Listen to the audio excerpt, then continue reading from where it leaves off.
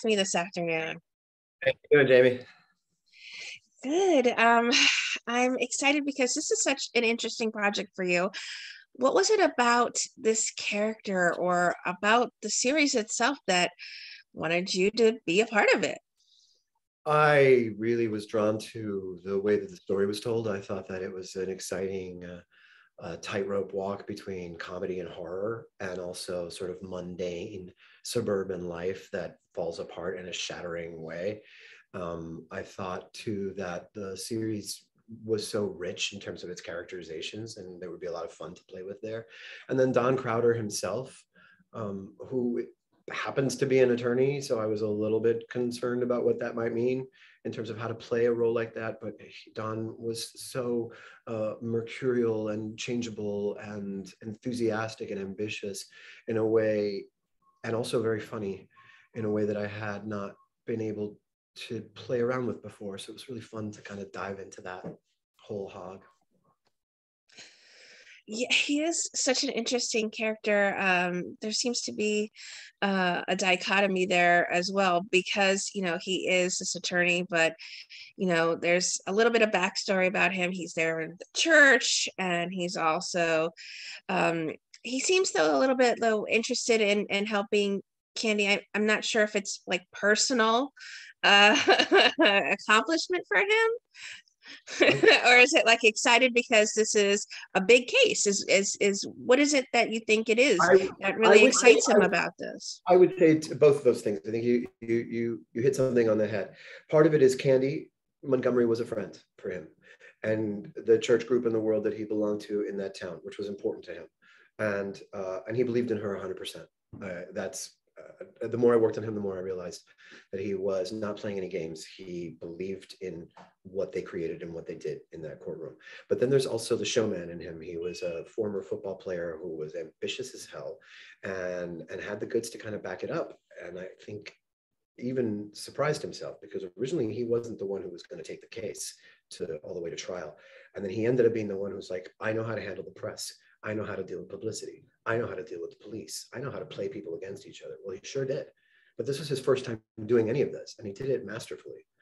And so then I think that some of that publicity and attention fed his own ambition and ego. This is a guy who worked out 3 hours a day, and tanned on the roof of his law office every day to be sure that he looked good for the cameras. He was very aware too of what it would do for him.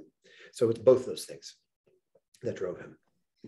I was gonna say there is a I laughed a little bit just because the physical aspect of it was there as well. You're playing volleyball in 70s attire. You're also you're also doing push-ups and the tanning. Talk a little bit about those moments.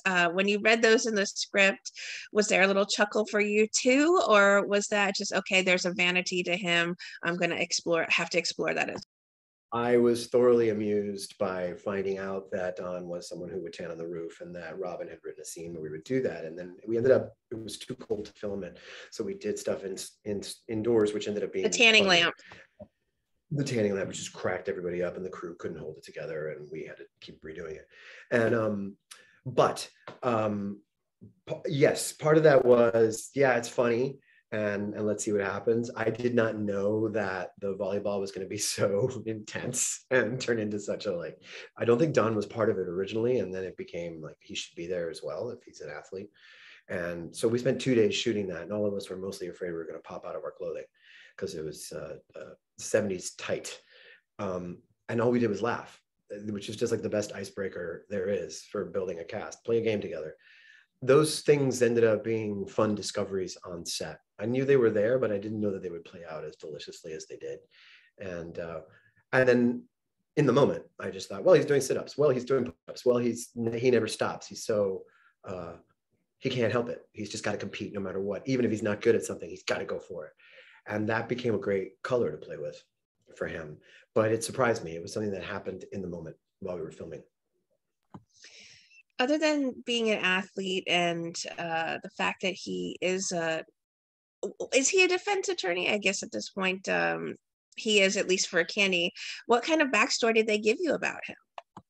Well, I spent a lot of time reading about the real man. Don Crowder has a kind of a big history behind him. He was a former football player who had tried to go professional but couldn't. He studied law as a kind of way to stay in SMU so he could play football, and then turned that into a career. And he became really successful at it. So I had a lot of stuff at my fingertips about the real man. And there wasn't a hell of a lot of audio video for him, but what I could find gave me a real sense of the way he carried himself and the way he spoke. So that was really great to dig into. Though I'm not doing him exactly, I'm trying to ring with his cadences and speak a little bit with his voice and the way he would articulate things. I chose to do a mustache for the character, which was different from exactly how he looked, but that also freed me up to be a little more creative with him, giving myself the opportunity to dig into the backstory of the trial and the transcripts and the crime scene photos and the interviews with some of the principal participants and all the great research that Robin and Nick did about creating the series itself. It gave me really great parameters to play from. You know, I always say that as an actor, you want to know what color palette you're painting with. And I had a lot of the true story at my disposal, but didn't feel that I needed to create a documentary. That isn't what Candy is. It's something else. It's a thriller that kind of plays with perspective all the time. Just having that though behind me gave me lots of ways into the world. And I also read the book Evidence of Love and listened to people talking about the experience and what it was like back then, even on podcasts. So it was a fun world to live in for 3 months. Talk about working with Jessica Biel. Jessica's just extraordinarily brave. I think she's a ferocious actress. She's also a kind person and a fun person to spend time with. And she kind of nails you with the laser beam eyes as this character. And she doesn't give anything away. And her emotional accessibility is so powerful to live with. It makes your job easy. I always say that the best acting happens in response to what the other actor is doing. And she's just someone who gives 100%. She's also a good team leader. She believed in the project and believed in everybody there. And that makes a big difference when you come on set, because we all know we're kind of chasing the same goal. And she's willing to get dark. I mean, really, really dark. And also to play with no ego. She's one of the most beautiful women I've ever seen. And she was like, I'm going to transform into this person. The first time she walked on set, I didn't recognize her. It's the hair. I think that's what does it. Incredible, that perm. Yes. What I find interesting was the courtroom scenes. I mean, first of all, Don is immediately hit with the contempt of court, and he doesn't seem to be outraged by it as much as I expected him to be. Did they tell you that he was sort of a calm presence? I'm sorry, that he was what? A calm, that he had a calm presence under pressure? No, not at all. He was a hothead, and he loved all those contempt sightings because it just gave him more press. And he knew that he had to play the judge off the case because he thought the judge was biased, and he really meant it. The judge, in reality, had left law practice himself, and his protege was the prosecutor on this case. So he was favoring the prosecution the whole time and had decided that he knew exactly how this case should go.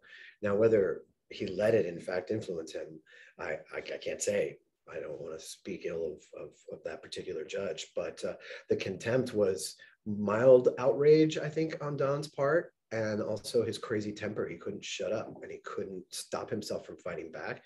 And then the realization that this is good for us. The more I'm in the more contempt I get, the better it is. In the long run, it just looks good in the press. Robert Yudishin actually was the one who tried to force Don to shut up by getting a gag order on talking about the case, and he would not stop. So his own team was the team that set up the situation that got him in contempt in the first place. Midway through the trial, we seem to learn that Candy is using self-defense now.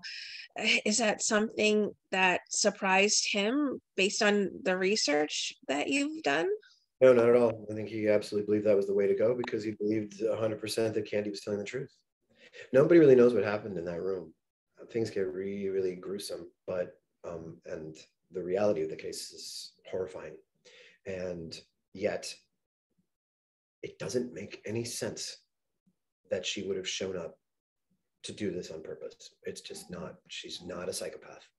And for me, I came to believe wholeheartedly that Don believed in her wholeheartedly. And I think that it was the only way to go. It makes a great deal of sense to me. So though it seems surprising on the surface, and I think it's one of the best things about the story, that people go, what? No way. The more time I spent with it, the more I came to think, what else could they have done? This is absolutely right. Now that's partly because I'm playing the guy and I want to withhold any judgment, but also because it just seems like a brilliant way to go about it. Ask other actors on the series and they might disagree with me completely, but that's not really my concern.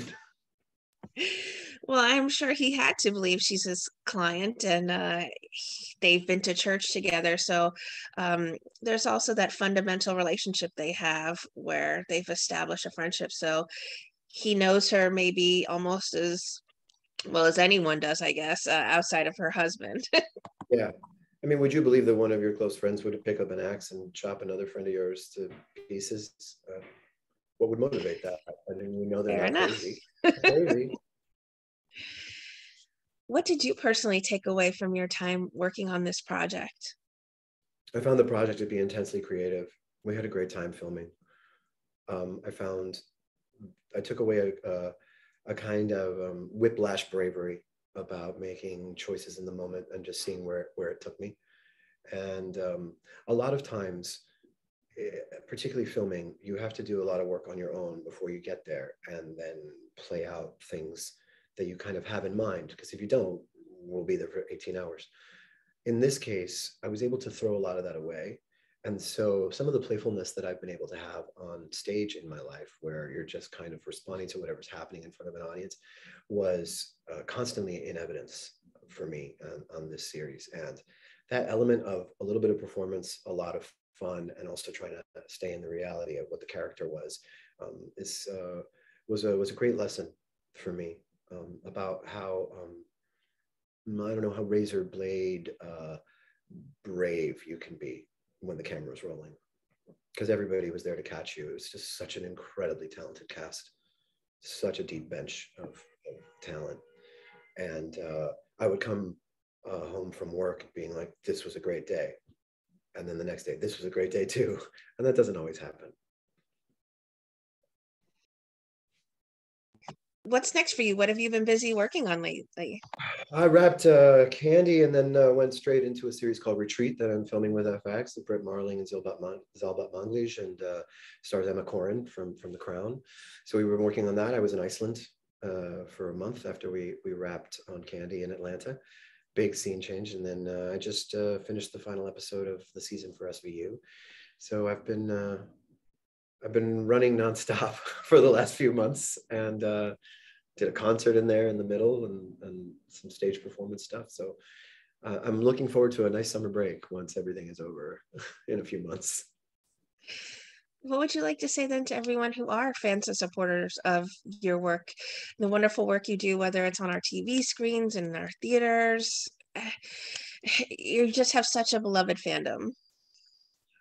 I would say that my fans are intensely supportive, and I'm really, really grateful for it. And one of the greatest things that's happened for me is that most of my career was on Broadway here in New York. And being on stage, you have such a great relationship with the audience and the other actors every night, but particularly the audience. The audience changes your performance. You don't get to feel that as much when you're filming, because you do it, it's done, and then it's gone, and it's out in the world, and you don't have any control over it.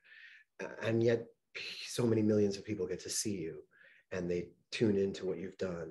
And then they were following me back to some of the stage work I was doing, or were following me onto other projects.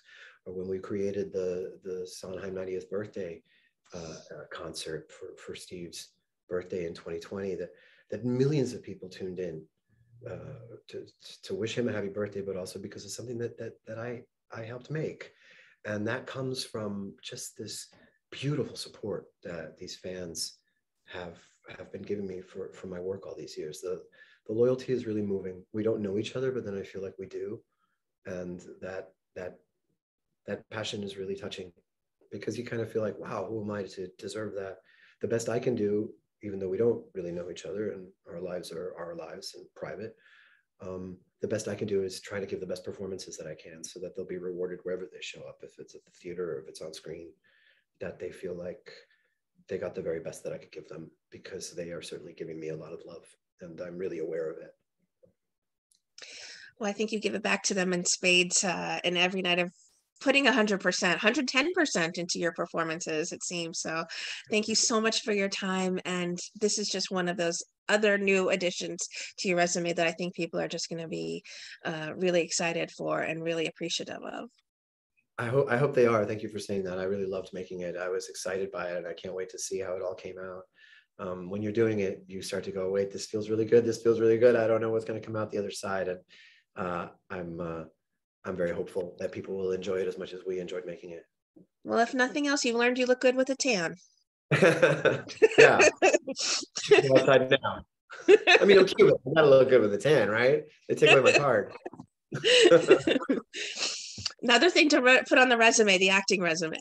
A big red mustache. Exactly. Right. Thank you, Raúl. Be safe and be well.